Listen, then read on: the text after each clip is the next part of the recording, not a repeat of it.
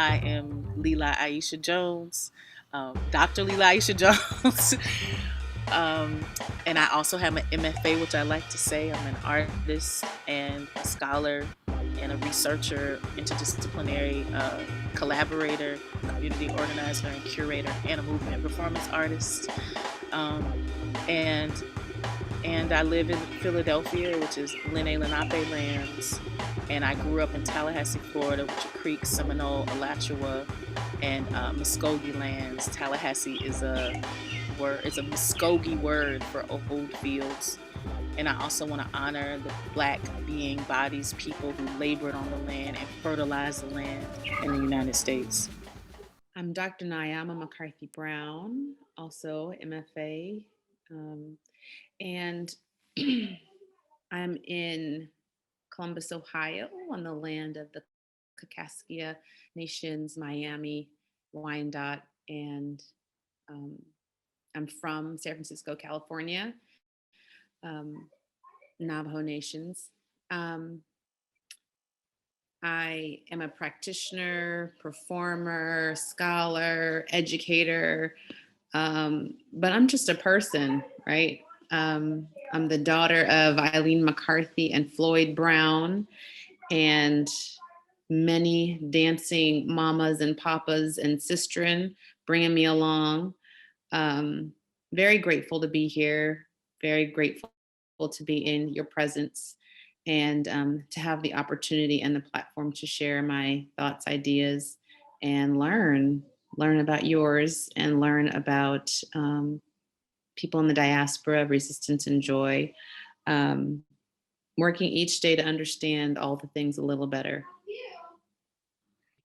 So the question, how I fell in love with dance, is an interesting one. How I fell in with dance, because I don't know that I fell in love with dance. Because it's more complicated than that. And I like when people talk about dance like a relationship. And it doesn't even have to be a romantic one. It could be a parental one. It could be a spiritual one. But for me, it wasn't a moment. And as I unpack and unravel who I am, I was always a dancer. Like, I remember my first memory with dance is I was in the choir, the kids choir in church. I was like about 3, and my knee was like accenting the beat, and I was bouncing. And I just remember motion and movement had to be involved, and that was the joy of being in the space, was the kinesthetic response to rhythm. And I was always happy in dance class, and I was riding the buses and the BART systems in the Bay Area to get to dance classes by myself in elementary school. And I knew where all the parks were. I went to Park and Rec. I didn't pay for dance class. They were all free, but I knew all the parks. They were like Monday at this class, Thursday at that class, across town, got to take 3 buses there. And that's what I did. Like, I just went to different dance classes that I could access. And as I got older, the relationship changed. But I don't know that I was in love. It's just part of the thread of who I was. There were definitely times where dance called me back, or I was off doing something else. I was pre-law, I was doing political science, I was at Spelman. There wasn't a lot of dance there at the time, but dance would call me back, or I'd find myself in dance, or dance was the only doors that were opening. So I was like, well, I guess this is where I'm supposed to be. But I don't know that I fell in love with dance. And I definitely broke up with dance before. And I definitely was mad at dance. And I definitely was not, feeling dance at certain times. But then when I think of that, I think about how much, when I was in or out of love with dance, did it have to do with the community and the other people? People would use dance to shame you, to alienate you, to oppress you, to other you, to affirm you, to love you, to heal you. So it's like, dance is complicated, man. But life is complicated, right? It's like dance is like this other, it means so much more than just dance. It means different things to different people or at different times of your life. So I could go on forever. As you can see, you could just take that little train. But what are you feeling, Lela? Yeah, I mean, I resonate with a lot of what you're saying. Like,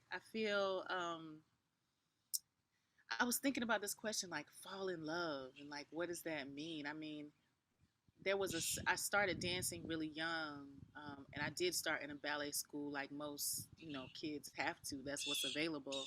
I started dancing in a little ballet school called Salters. And it was I don't know if I had any reactions to that or not, but I know my mom took me out when I was 4, and because this woman moved there, Margot Blake, and she used to live in Philly, and she danced with Arthur Hall, and there's a whole history there.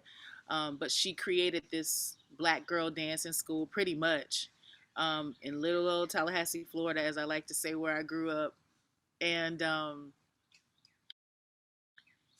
we was just surrounded and covered, and I say that in a way like she just was able to bring all types of dance and a blackness to dance that I don't know that most girls my age were able to have access to, especially growing up where I grew up. It was kind of a magical little house that you went to every Saturday where you were just like washed over.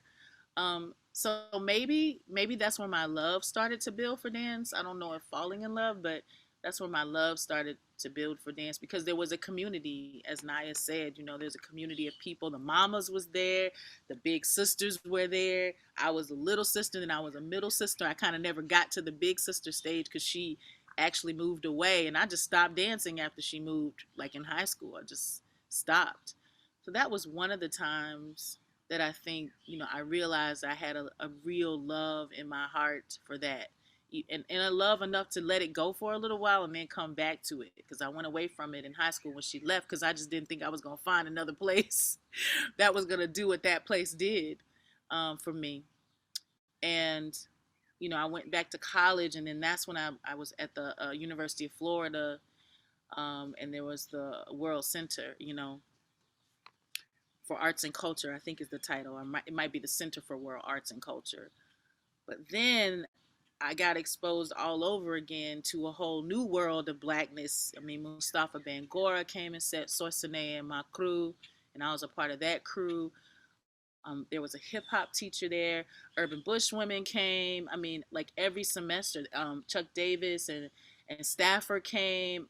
Dance Brazil came. I mean, every semester of my undergraduate college years, I was just embracing global blackness. So I had this kind of hometown blackness that, was brought from traditions of Arthur Hall and West African dance, because I think Margot also danced with Chuck Davis at one point. Um, and then I had this global experience when I went to the University of Florida, and I think I realized this was going to be more than just a fad in my life, that it was really going to sustain me. So I think of when I think about falling in love, I think about sort of sustenance. And I definitely had some hard times, and maybe we'll get into that, but I definitely had some hard times in dance. I agree with Naya. There's just moments where you don't even know you're being othered or exotified, or until you think back to it, like, what was that? Are you in a community you thought you could trust? And then you were like, whoa, this is not actually a place that I can trust. So I don't know. That's my answer so far. One of the things that is interesting and resonating to me about Erasure is um, I'm learning right now about land acknowledgements and labor acknowledgements, and thinking about my ancestors and what does that mean. And I always used to think about my ancestors um, in the larger sense of the Atlantic slave trade, but also like, who are my ancestors in dance, which is a thread I've gone down. But now, the more and more that I'm writing and I'm thinking about the dancing body in the context of the academy and scholarship, I'm also thinking about those giants and those shoulders that I'm standing on in the academic sense. Brenda Dixon Gottschalk, Dr. Carrie Ann Welsh, and there's many, many more. But I'm also thinking about like Erasure, whose stories weren't told. We have Catherine Dunham, we have Ruth Beckford, like, who was writing, 100 years ago about the dancing body. And maybe they weren't calling it the Black dancing body, right? Maybe they were just documenting the dances, and like, what does it mean to be a historian in that way and to touch those ancestors? But again, when I'm thinking about these land acknowledgements, I'm thinking about the labor the unpaid labor. And the dancing body is so often unpaid labor, right? Like uh, all of these cultures are full of unpaid Black labor. The diaspora is rich with examples of unpaid labor that have fed cultures, communities, commodified economies, just so much. No, I totally agree with that. I mean, I know one of my Black resistance advocacy is like, I just be trying to get people paid for real. I'm like, I can't, I just can't do it. And people are like, well, that's not the norm. And that's not, I said, how long are we going to keep saying that? How long is that going to be the excuse that it's not the norm? I was like, it is what they should for their time. Or how do we make it the norm? Exactly. How That's do the we bigger have question. that conversation? And I was like, I'm already doing that. I'm saying that they should be paid this much throughout the whole project.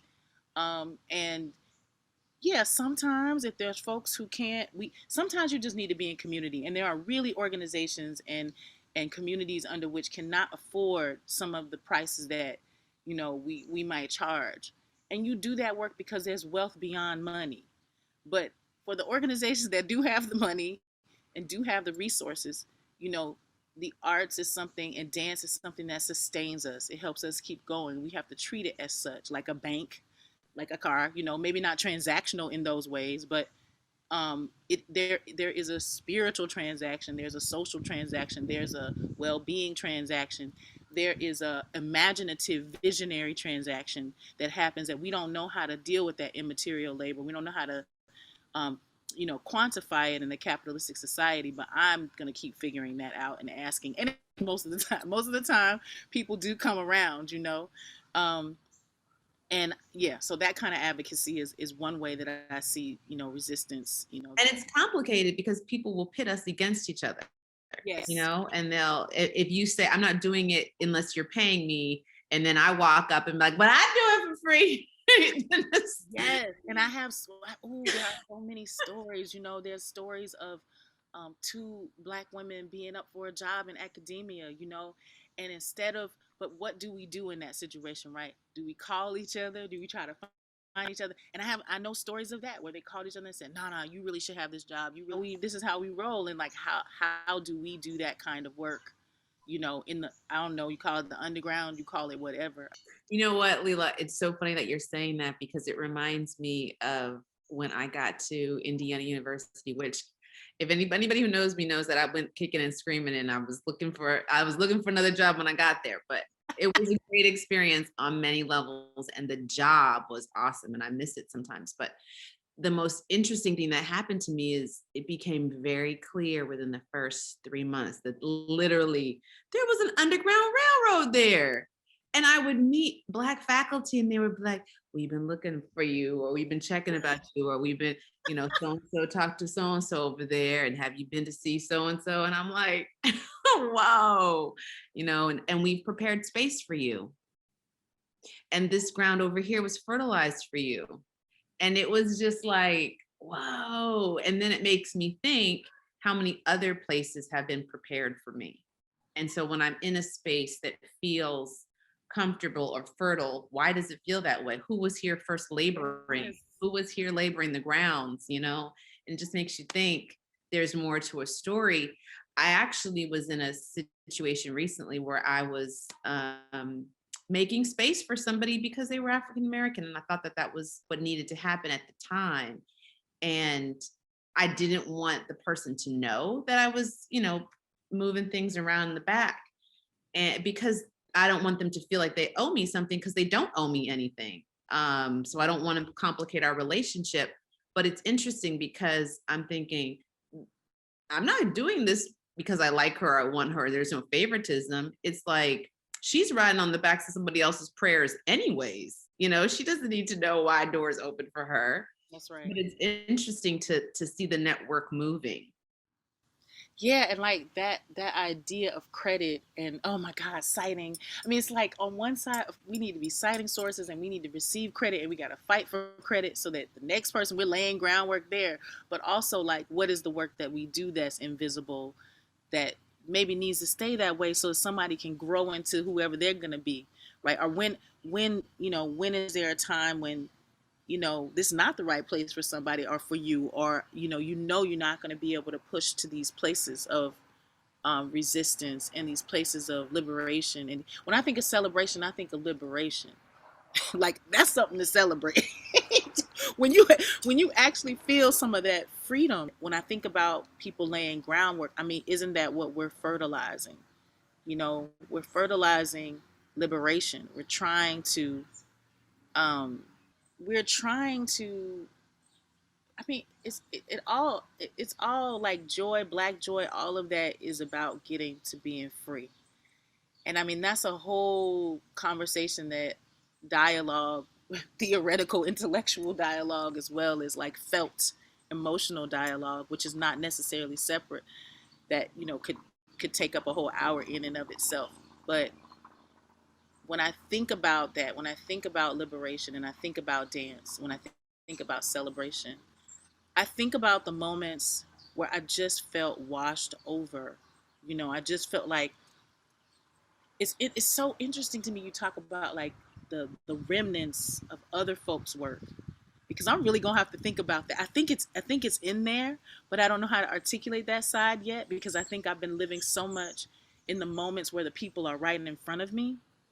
Mm. I remember Ghana was the first place that I went to in West Africa. And there's a couple of things that I remember about this in terms of liberation. Just the mere being surrounded by black people. Just let me start there and not really have to interact with any white folk. Real. It's just real, that feeling that you don't have to come into contact with that as the majority in any moment. That was one thing that I felt when I first got there. Um, I think I saw a freedom in the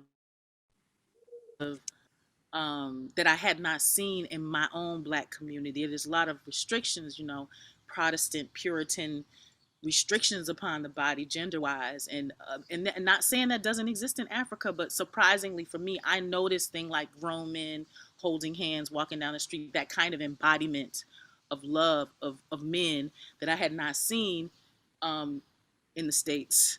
Um, and also, there was a certain amount of trust for me that I wasn't expecting. So when I was in Ghana, I was learning all these traditional dances for this HIV and AIDS, um, trying to educate children about HIV and AIDS that Ronnie Shaw was running. That's when I first went. I went through one of those programs, kind of health and drama and dance program that was promoting, information about HIV and AIDS and how to protect yourself, um, particularly young African women, Ghanaian women. And so when I when I was learning the dances, my expectations, we would go in and then the people that were teaching us would teach it. And they, before we went to the first school, I mean, I think it was like 30 minutes before, they were like, okay, you should teach the dance.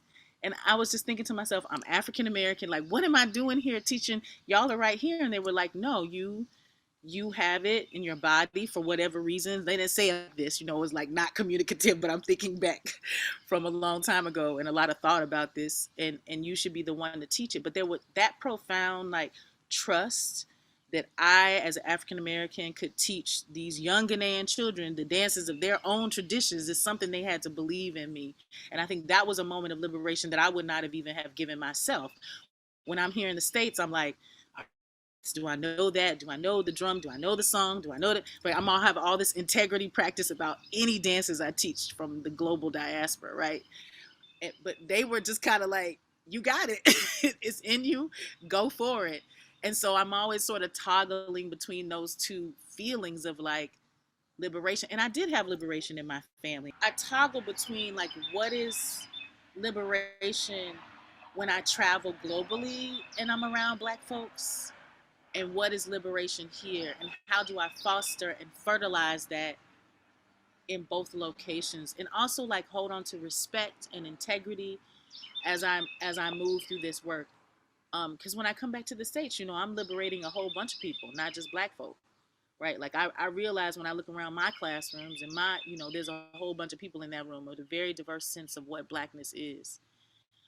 Whereas when I'm in Ghana, or I'm working there, even if I'm teaching hip hop or whatever, there's just a sense um, that all those folks sort of understand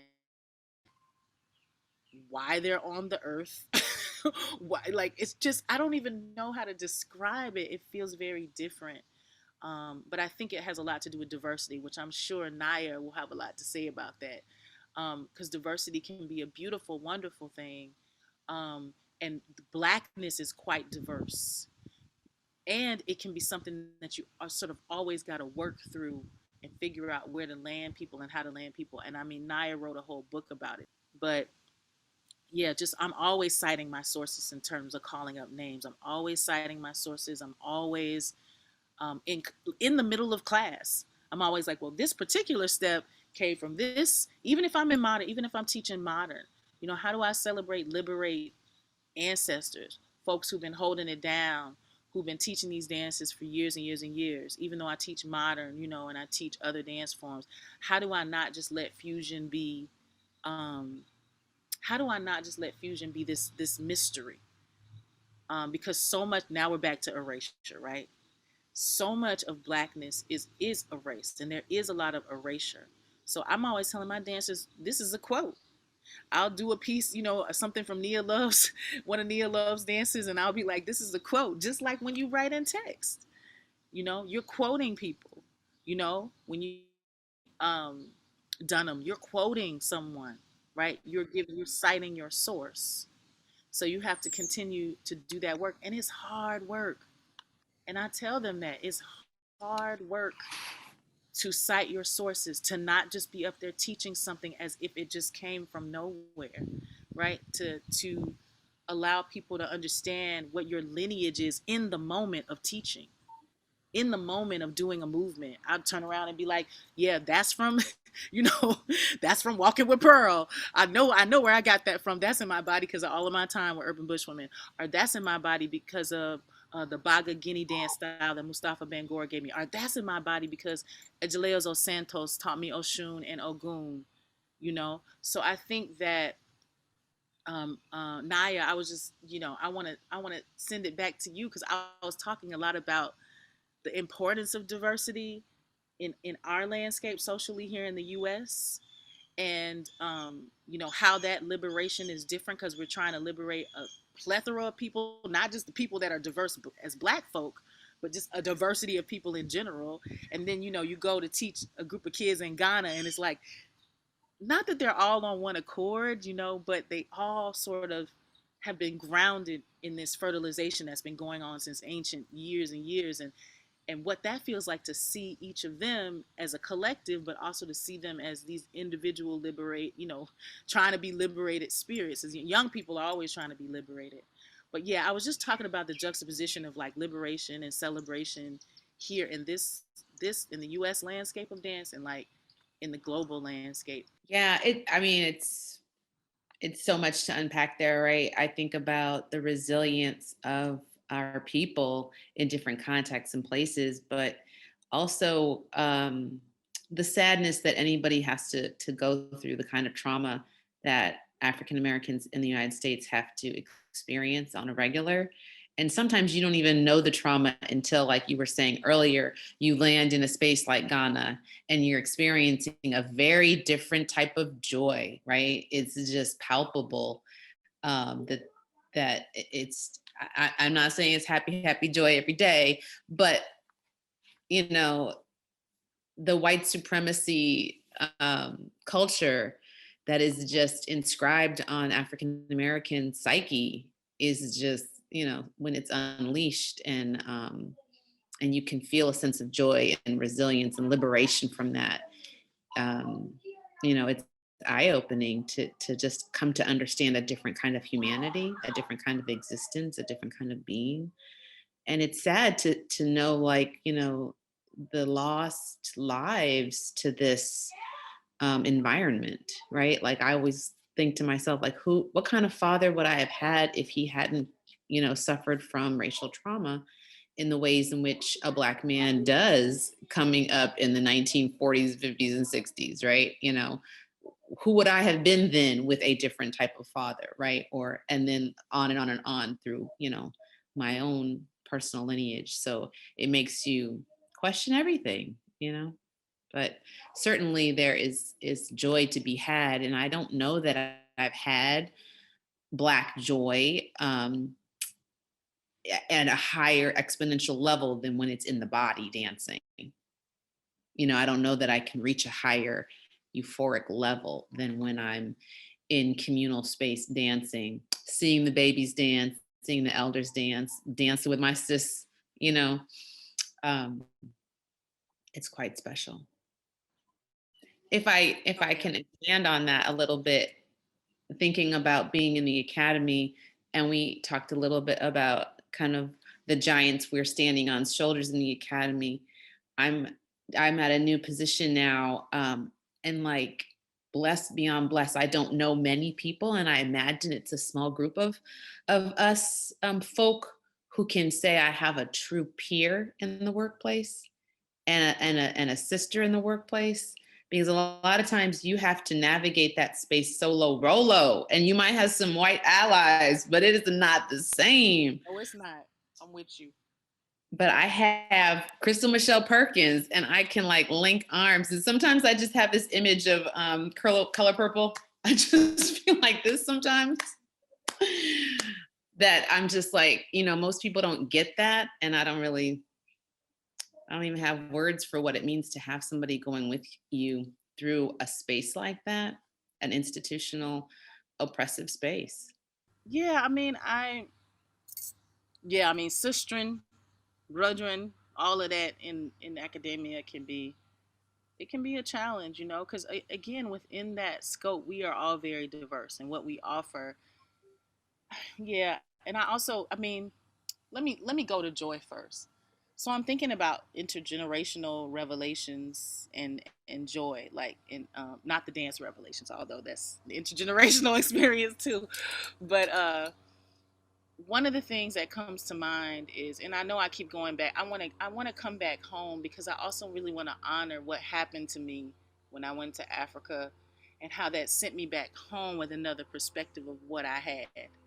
Um, but I remember getting a chance to see elder seasoned, or I like to say seasoned. They got more seasoned salt, seasoned women doing gahu, this dance in Ghana, and I just remember feeling like they just really understood their bodies.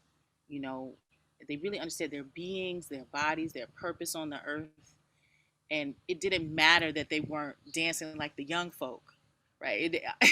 And the nuance in each of their bodies was just so seasoned. And I remember thinking to myself, now who do I want to dance like? Do I want to dance all hype? I remember the Ghanaian people telling me, you study Guinea dance because you always jumping high, and you always like, there's all these, sort of like ideas about what each country brings, or the people from each country. But they were like, you study Guinea dance. And I just remember that Ghana really showed me the nuance and the delicacy of the body, and the kind of investment you can give in the details.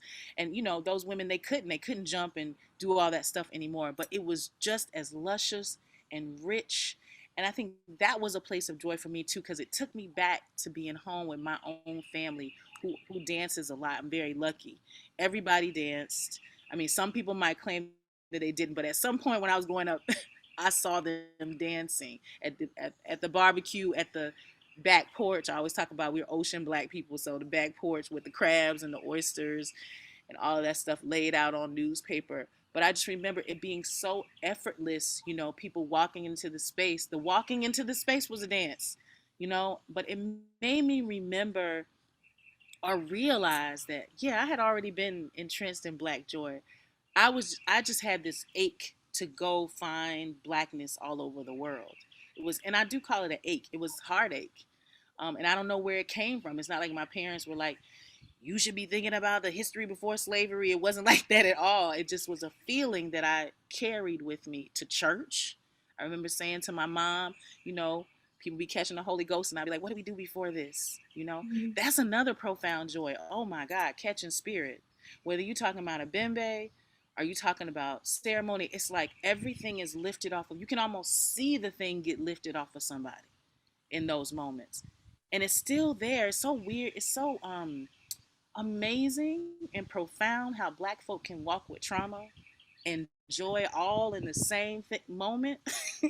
Because the pain doesn't go away when you see somebody catch the Holy Spirit. It's not like it just leaves, but you see a collective start to feel the lift of it.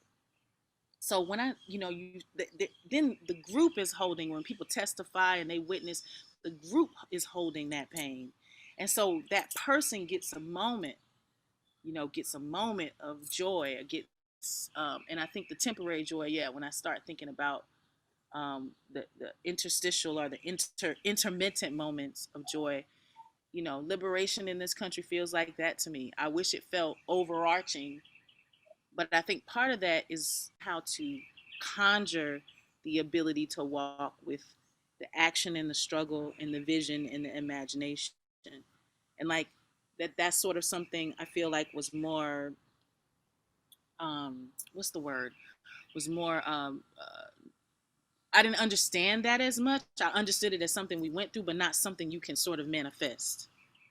And so I think as I think about dance more, and especially my beginning works, creative works that I made that were about lynching and uncovering trauma so we could work through it, I now see, after 12 years of being mostly a choreographer and a maker, I now understand a little bit more about how I was reaching for the ability to like be with that struggle, but also like bring in this revival and this joy that I had been exposed to, even in the midst of all the struggle. But dance has played a major role in that. I was in movement in every space, in church, at my parents' home, even just little get-togethers. We was always trying to be Michael Jackson and whatever, trying to figure out how to do all that. The black dancing school. I mean, I really feel like I was blessed with a rich, luscious blackness experience in dance.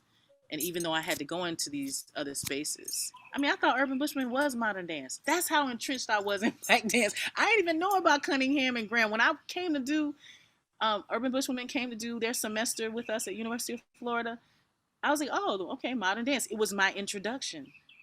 And so when they started talking about Graham and Cunningham and Shapiro, all this, I was like, what? No, modern dance is that over there. I was confused, confused. And it was a good confusion. I mean, it was a rough awakening, you know. I would imagine so. Mm-hmm. But I think that, yeah, when I went into my MFA and I went into just Graham every day, there were a lot of things I loved about it. But also, I think a lot of things I loved about it was black contractions. I had already been doing contraction and release, right? I had already been doing, you know, those things. So, um, yeah, yeah. I think one of the things that's interesting about um, the work is where the need to express trauma and the need to protest and the need to call attention to your pain is separate from the need to have joy and relief and a refuge. I'm finding that the work of dismantling structures of oppression is tiring and exhausting Yes, it is. and painful. And it's valuable and important and significant, but it's not fun. Right. And so, like, when I was thinking about, you talked about being a maker and the lynchings, and I was thinking about the last time I created a race-based work, or whenever I create a race-based work, if it's an honest work, it's painful. You know what I mean? Like, you got to go through some things to get the thing, right? And so then it was like, oh, I need to do more joy. I mean, and I love a piece about joy. I remember I was at a, I won't name the conference, but I was at a long dance conference with some of my folks, and I remember, like, there's, I love a dance show, but at a certain point, it really doesn't matter how good the next piece is if it's too long. Past 3 hours, we like, I don't really care who's coming up next, because I got to move my legs. I got to get up. But I just remember being at a very long concert and something came on. I don't remember if it was Luther or the Wind and Fire, but it was a pop culture kind of piece that got everybody like excited, and nobody was gonna leave. Nobody was hitting the doors. Like, we were all exhausted, but we were ready for joy. You know what I mean? Like, we were like, we don't really care how long we've been in here. We're gonna stay a little longer, because we wanted a piece of that. And it just reminds me of what keeps us going. What is the impetus that puts us to the next thing? And it is that resilience, and it is that joy, and for real, the embodiment of it. Mm-hmm. When you can experience it in the body, I think about the labor in these organizations. Our people work so hard, like, even like Denise, like, when does she sleep? Like, you see her at a conference and she's there opening it up and she's there closing it down, and Yep. the labor. But there's something about the dancing joy that keeps this body going, and it keeps it excited, and it keeps it, all the things. And Yeah, you got me thinking about there's so many. I honestly cannot believe how many facets of my life there is movement, but it's like everywhere. So I'm thinking about my time in Atlanta, and I was only in Atlanta for about a year and a half, but it is the place where I discovered house, club, out. dance. Yeah. I was in Atlanta for a good 4 years for Spelman, and another 4 or 5 after my master's. I never discovered house, but I did discover pole dancing. Oh, okay. Well, you have to talk about that in a minute, but let me talk. I gotta hear that story. Maybe not. You It need to talk about the liberation of that, because I know too many of my friends who feel was that way. liberating. It was very body affirming. It was surprising. It wasn't what you think. No, it's not. But anyways, So house, right? I remember um the first few times I went in there, and all the I hadn't traveled yet. I hadn't gone to Ghana or to West Africa. Yeah, I hadn't even been to Cuba yet. Like, I hadn't really traveled. Um and I felt that, that space, the club space. Okay, that takes me back to when I was a kid. Now, I grew up in Florida. There was, dance hall, at least the pop culture dance hall that came to the United States. There was, uh, bass music, or some people say booty bass music. We was free. We was free in all kinds of ways we probably should not have been, but also in ways that we, talk about pole dancing. There's all these ideas about what that is, but what it was for me is it grow into my womanhood, without getting myself in situations that were not healthy for me. To be able to move my pelvis, to be able to move my hips in a circle of women, and sometimes they were interaction with young men that weren't okay. But also my father, he got me ready for that, so I was always ready for that kind of stuff. And as women, we would deal with that when that came up. And I think there's a misunderstanding sometimes about seeing a woman move in a certain way. And but that was liberation. And I had my first liberation of pelvis was not in West Africa. It was growing up in the South, and growing up with booty bass music, or whatever people want to call it, Luke and all that. They were saying the craziest stuff, but it's somehow that was not infiltrating my system. My system. I can't talk about other people, but the things that they would say about women and the way that they would talk about women, that's not the part that I was liberated through. I was liberated through the sound of the bass, which you get in West African music as well, right? The bass, the dunums, the junjun drums. You start to make these connections as you get older. But when I went to the house club, the first few times I was really nervous. I was worried about being judged, and that I wasn't going to do the right kind of movement. And could you do any kind of movement, and all these things. But I just remember seeing pockets of ciphers around me, and there was different levels to the club. I think it was called the underground. And people was gathered around this cipher and that cipher. And I would go look, and I would say, this person's got their own, this person got their own style. And that's when I really started to recognize sort of freestyle and improvisation as liberation. That everything inside of you that you have been archiving in your body was welcome here.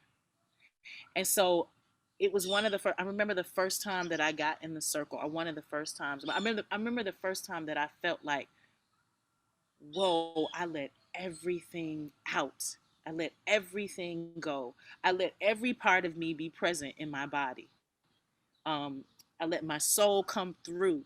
And I totally forgot that I was surrounded by people, like it just, you get lifted.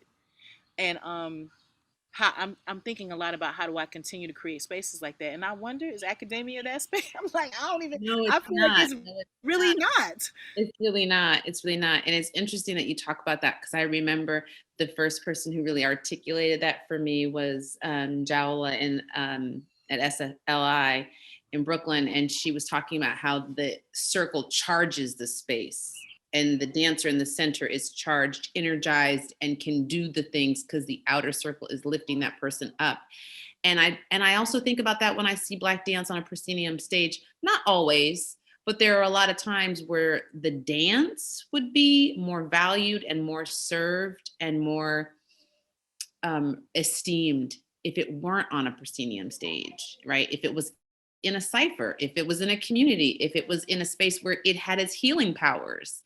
And it's interesting to have that conversation. Not all Black dance, but sometimes dances of the diaspora are best served with when they're closest to their healing elements and their healing properties. And sometimes those are the people that in which they need to be encircled. And it's a beautiful thing. I had two instances where people were talking about segregation, and I remember the first time that I heard this, and like to me, we're kind of like playing with that right now, like with the BIPOC community and the Black. We're not talking about it like that, but we are playing with those words. But I remember one of my dancers, we were getting into this idea of like release and restoration and all these things, and she started talking about her uncle who was like, Martin Luther King was sedity. I mean, I know this is messed up, but her uncle's like, Martin Luther King was a bit sedity. He did not he did not understand Southern Black folks.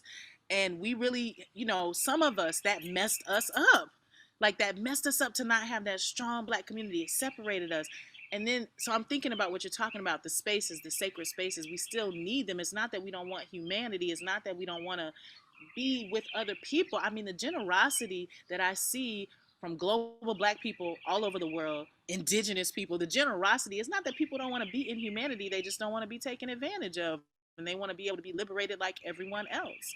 And so another instance came up in a brown body event that I was at, and another Black woman was like, I remember segregation. I mean, she had to be maybe 60, 70, somewhere in there. She was like, I remember segregation. And I just remember everywhere I looked, there were Black people. And I was like, see, there's something, we swing between these extremes. And really for liberation, we do need those sacred spaces. We do need IABD. We do need and IABD is way ahead of his time, or in between his time, or timeless, however you want to look at it. But I just wanted to put that in there because I think sometimes, again, we have to look back to history and like re-look at that. Hi, I'm Dr. Nyama McCarthy-Brown, and we will not be erased. I am Lela Aisha Jones, and we will not be erased.